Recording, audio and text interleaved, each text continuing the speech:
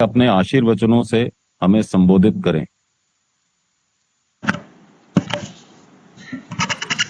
आज के कार्यक्रम में उपस्थित श्री भृगु श्रीनिवासन जी, महानिर्देशक एनएसजी, श्री बिमल पटेल जी, कुलपति आरआरयू, सभी केंद्रीय सशस्त्र पुलिस बलों के महानिर्देशक, सभी राज्यों के पुलिस महानिर्देशक, मेजर जनरल विकास चौधरी जी, गृह सचिव,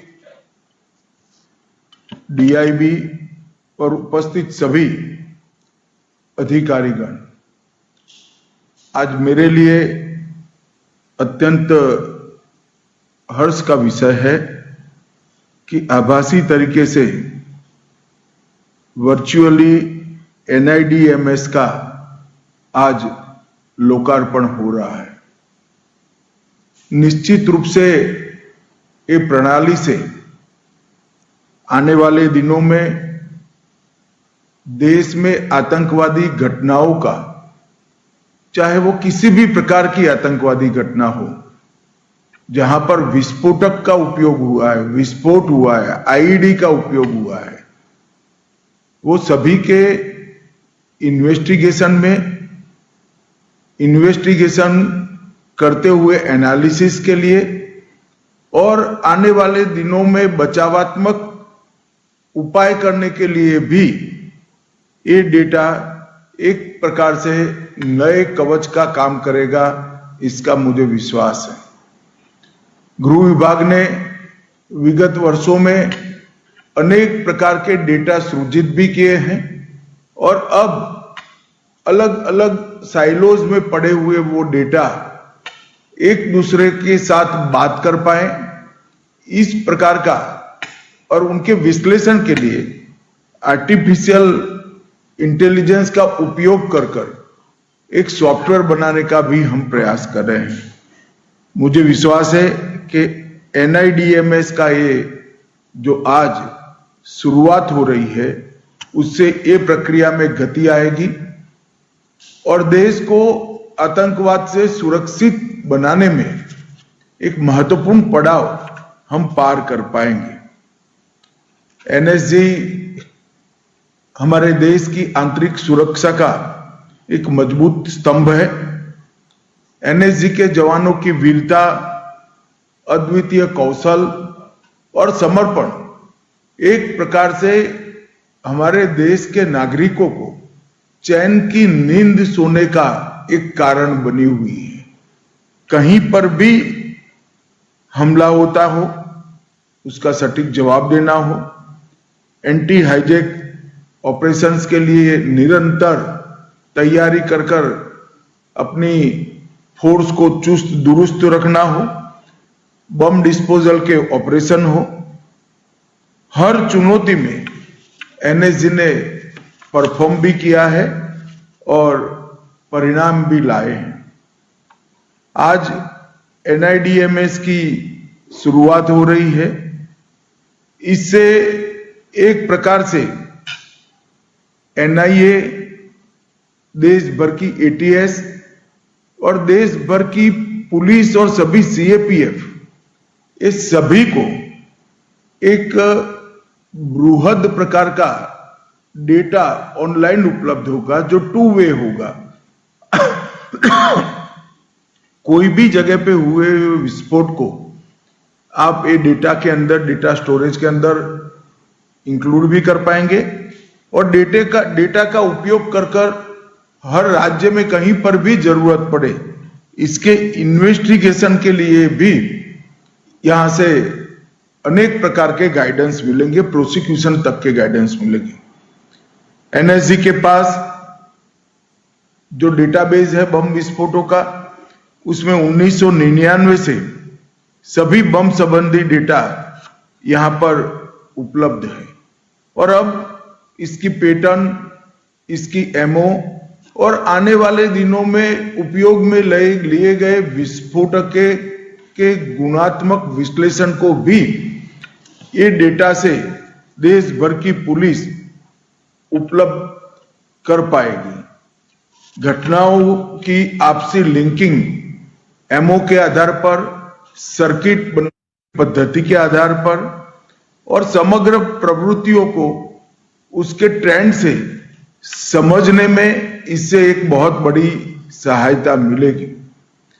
एनआईडीएमएस एक सुरक्षित राष्ट्रीय डिजिटल प्लेटफॉर्म है जिसके माध्यम से देश भर के बम विस्फोटों के सटीक एनालिसिस को संगठित करना, संकलित करना, मानकीकृत संयोजन करना और सुरक्षित तरीके से इसको सबके साथ साझा करना, ये प्रक्रिया एनआईडीएमएस से एक प्रकार से मजबूती के साथ प्रस्तापित होगी।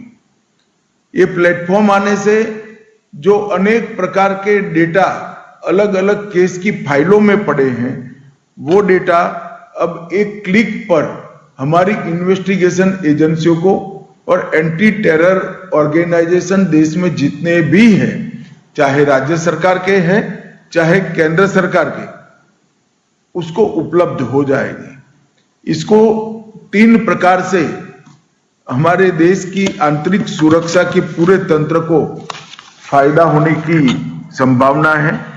एक one nation one data repository, इसके माध्यम से अलग अलग न होकर ये पूरा डेटा एक राष्ट्रीय संपत्ति के रूप में हर पुलिस इकाई को उपलब्ध होगा।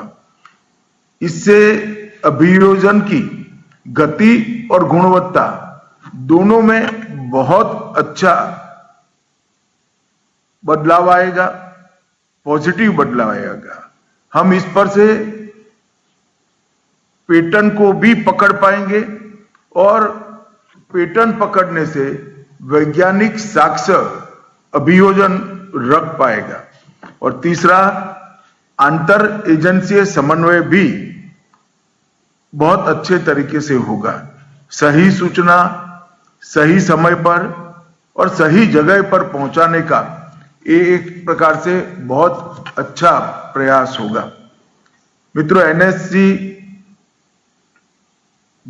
भारत की विश्व स्तरीय जीरो एरर फोर्स है। एनएसजी 84 में बनी तब से अब तक निरंतर, चाहे कोई घटना हो या न हो, दुनिया भर की आतंकी घटनाओं का विश्लेषण कर एनएसजी ने अपने आप को किसी भी प्रकार की घटना के लिए तैयार कर लिया है।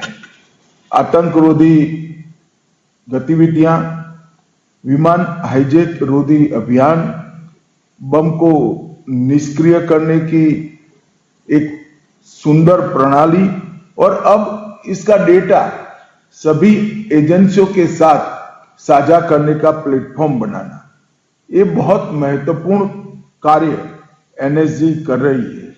और कई बार अपने पराक्रम के लिए हर स्तर पर एनएसजी के अधिकारियों को, एनएसजी के लड़ाकों को कई चक्र मिले हैं।